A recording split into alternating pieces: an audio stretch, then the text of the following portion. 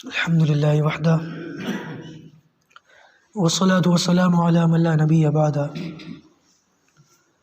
اما بعد اعوذ باللہ من الشیطان الرجیم بسم اللہ الرحمن الرحیم وَإِذَا لَقُوا الَّذِينَ آمَنُوا قَالُوا آمَنَّا وَإِذَا خَلَوْا إِلَى شَيَاطِينِهِمْ قَالُوا إِنَّا مَعَكُمْ إِنَّمَا نَحْنُ مُسْتَهْزِئُونَ اللہ یستہزئ بہم ویمدہم فی طغیانہم یعمہون۔ صدق اللہ العظیم۔ یہ سورۃ البقرہ کی آیت نمبر 14 اور 15 ہے۔ اللہ پاک ارشاد فرماتا ہے ان منافقوں کے بارے میں، وَإِذَا لَقُوا الَّذِينَ، اور جب ایمان والوں سے ملتے ہیں، وَإِذَا لَقُوا الَّذِينَ آمَنُوا، اور جب ایمان والوں سے ملتے ہیں، قالو، تو منافق یوں کہتے ہیں، آمنا، ہم بھی ایمان لائے ہیں۔ وَإِذَا خَلَوْا إِلَى شَيَاطِينِهِمْ، اور جب اپنے شیطانوں کے پاس، اپنے بڑے منافقوں کے پاس جاتے ہیں، قالو، تو کہتے ہیں، اِنَّا مَعَكُمْ، ہم تو تمہارے ساتھ ہیں، اِنَّمَا نَحْنُ مُسْتَهْزِئُونَ، ہم تو ان مسلمانوں سے مذاق کرتے ہیں۔ ہم جو مسلمانوں کے پاس جا کر ان سے یوں کہتے ہیں کہ ہم تمہارے ساتھ ہیں، تو دراصل یہ تو ہم سے مذاق کرتے ہیں، ان کا مذاق اڑاتے ہیں، ان کا مذاق بناتے ہیں۔ اللہ، کس قدر حوصلے اور کلیجے کی بات ہے کہ جب انسان کی آنکھوں پر گمراہی کا پردہ پڑ جائے تو نبی اکرم صلی اللہ علیہ وسلم کی ذات سے معجزے صادر ہوتے ہوئے دیکھ کر بھی، اور اپنی کتابوں میں نبی اکرم صلی اللہ علیہ وسلم کی نشانیوں کو دیکھ کر بھی نظر انداز کر دیا۔ کیوں؟ دنیاوی معمولی اغراض، دنیاوی جاہ و مال، دنیاوی غرضیں، دنیاوی خواہشات، صرف اس چودراہٹ کو نہ کھونے کی وجہ سے۔ ظاہر سی بات ہے، کتنا ہی بڑا وقت کا بادشاہ کیوں نہ ہو، کتنا ہی اونچا، کتنی اونچی شخصیت کیوں نہ ہو، نبی سے تو بڑا نہیں ہو سکتا، نبی سے تو آگے نہیں چل سکتا۔ اور نبی بھی وہ نبی جو نبیوں کے بھی نبی ہیں، چھوٹے موٹے نبی نہیں، نبیوں کے بھی درجات ہوتے ہیں۔ درجہ نبوت میں تو سارے برابر ہیں، لیکن اللہ تبارک و تعالیٰ نے نبیوں کو کچھ نہ کچھ خصوصیات دی ہیں۔ ابراہیم خلیل اللہ، موسیٰ کلیم اللہ، عیسیٰ روح اللہ۔ اور ہمارے نبی صلی اللہ علیہ وسلم کی خصوصیت کیا ہے؟ خاتم النبیین ہے، نبیوں کے سردار ہیں۔ ان کو نظر انداز کر دیا اور ان کو مارنے کی کوششیں کر رہے ہیں، اور ان کے بارے میں کہہ رہے ہیں ہم تو ان سے مذاق کرتے ہیں۔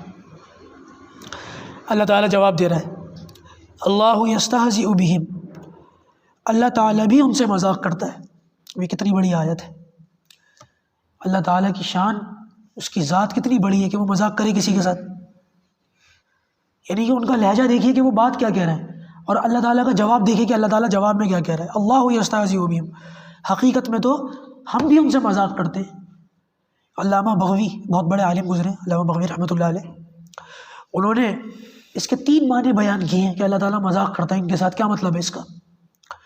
ایک مطلب تو اس کا یہ ہے کہ آخرت کے دن ان منافقوں کے سامنے جنت کا دروازہ کھول دیا جائے گا، اور فرشتے ان سے کہیں گے آؤ، تم مسلمان تھے نا، آؤ۔ جیسے ہی یہ جنت کے دروازے کے پاس پہنچیں گے، دروازہ بند کر دیا جائے گا، اور ایک آگ کا دروازہ کھلے گا، جہنم کا دروازہ، اور اس میں ان کو داخل کر دیا جائے گا۔ یہ دھوکہ اور فریب اور مکاری اور ہنسی ٹھٹا جو کرتے تھے، یہ اس کا بدلہ ان کو ملے گا۔ بعض روایتوں کے اندر آتا ہے ایسا بار بار ہوگا، جیسے بلی دیکھا شکار کرتی ہے کھانے کے لیے، لیکن بعض مرتبہ کھانے سے پہلے شکار کے ساتھ کھیلتی ہے، پکڑتی ہے چھوڑتی ہے، پکڑتی ہے چھوڑتی ہے۔ تو روایت کے اندر آتا ہے کہ ان کے ساتھ بعض منافق ایسے ہوں گے جن کے ساتھ بار بار ایسا ہوگا، ان کے لیے جنت کا دروازہ کھولا جائے گا، وہاں پہنچیں گے اور فوراً بند کر دیا جائے گا۔ کائنات دیکھ رہی ہے، پوری دنیا کا انسان، آدم علیہ السلام سے لے کے قیامت تک کا جتنا انسان ہے، سارا کا سارا موجود ہے، اور سب دیکھ رہے ہیں ان کے ساتھ یہ مذاق ہو رہا ہے، بار بار ان کے ساتھ کھلواڑ کیا جا رہا ہے۔ کیوں؟ دنیا میں نبیوں کا مذاق اڑاتے تھے۔ ایک تو یہ مطلب بیان کیا گیا۔ دوسرا مطلب یہ بیان کیا گیا کہ جب پل صراط سے ساری انسانیت گزر رہی ہوگی، ہر انسان کو وہاں سے گزرنا، چاہے ایمان والا ہو یا غیر ایمان والا ہو، جب پل صراط سے لوگ گزر رہے ہوں گے تو مسلمان جب گزرے گا تو اللہ تعالیٰ اس کی پیشانی پر نور پیدا فرما دے گا۔ جیسے آج ہمارے یہاں لائٹ چلی جاتی ہے تو ہر ایک کی جیب میں موبائل کی شکل میں ٹارچ ہے، نہیں ہے، ہر آدمی ٹارچ نکال لیتا ہے، اور اس ٹارچ کا فائدہ کیا ہے؟ اگر ایک آدمی ٹارچ جلا لے تو اگر کسی دوسرے کے پاس نہیں ہے تو اس کو بھی اس سے فائدہ ہو جاتا ہے۔ لیکن اللہ تعالیٰ فرما رہا ہے کہ پل صراط کے دن جو نور ایمان والے کی پیشانی پر ہوگا اس سے پیچھے پیچھے آنے والے منافق کو کوئی فائدہ نہیں۔